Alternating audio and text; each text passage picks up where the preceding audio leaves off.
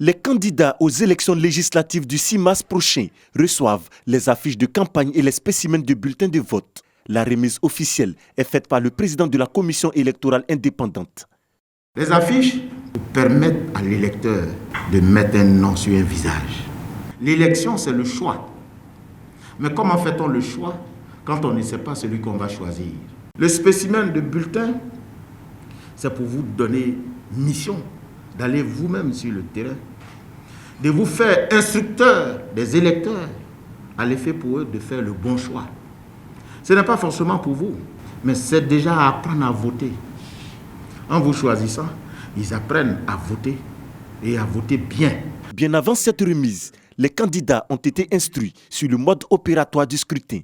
Il s'agit pour l'organe chargé des élections, avec l'appui du PNUD, d'expliquer l'ensemble du processus du vote.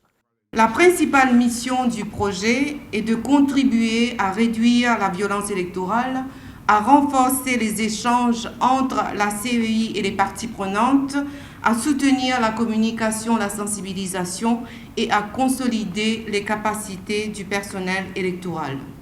Des détails précis sur l'organisation dans les lieux de vote, le rôle des représentants de candidats, la validation d'un bulletin de vote, la rédaction d'un PV et la proclamation des résultats.